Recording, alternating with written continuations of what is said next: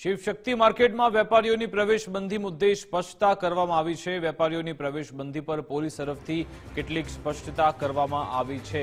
જે પ્રવેશબંધી ફરમાવવામાં આવી હતી તેના પર ડીસીપી ભગીરથસિંહે સ્પષ્ટતા કરી છે। તેમણે કહ્યું કે કાપડ વેપારીઓને તેમણે અપીલ કરી છે। વેપારીઓની સલામતીને ધ્યાનમાં રાખી આ પ્રવેશબંધી છે।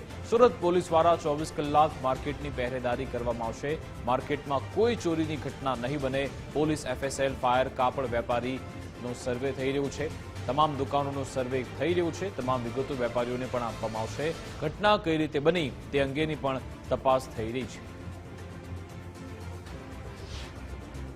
रिंग रोडनी शिवशक्ति टेक्सटाइल मार्केट में लागेली भीषण आग काबूमां आव्या बाद हवे एफएसएल पालिका अने जे कमिटी बनाववामां आवी छे तेना द्वारा तपास शरू करी देवामां आवी छे।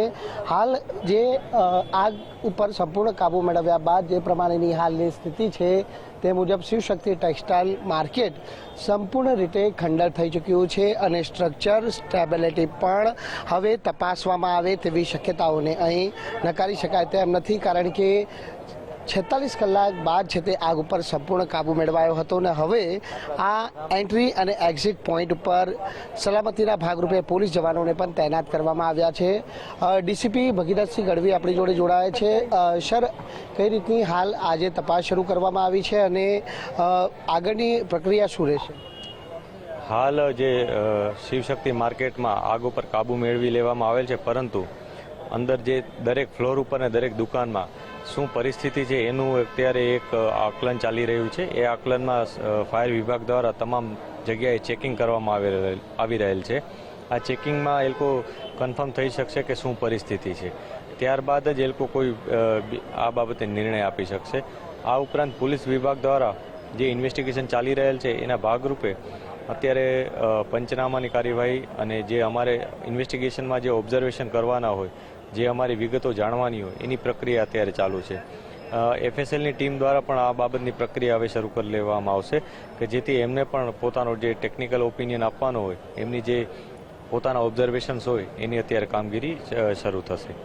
સર, પોલીસ તરફથી કયા પુરાવા એકત્ર કરવામાં આવશે, કારણ કે આગ લાગી હતી અને આ બહુ ખૂબ જ ઊંડાણપૂર્વકની ઇન્વેસ્ટિગેશન કરવી જરૂરી છે?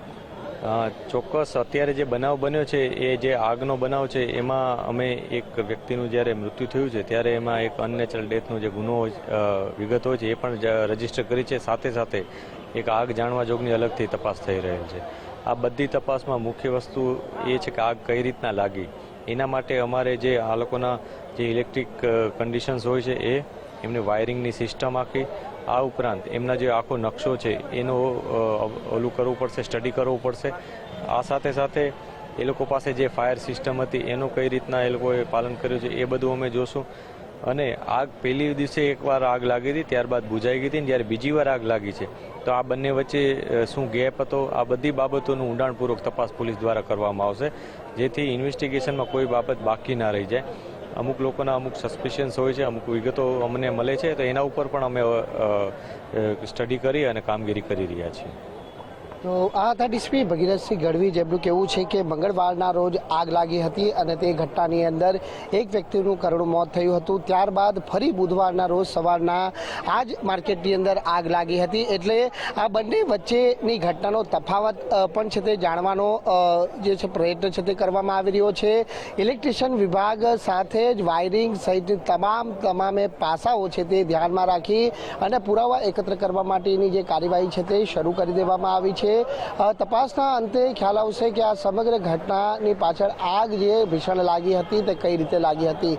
જોકે પોલીસ કઈ દિશામાં તપાસ કરે છે તે જોવું રહ્યું। કેમેરામેન અજય કુમાર સાથે રાકેશ બ્રહ્મભટ્ટ, ગુજરાત ફર્સ્ટ, સુરત।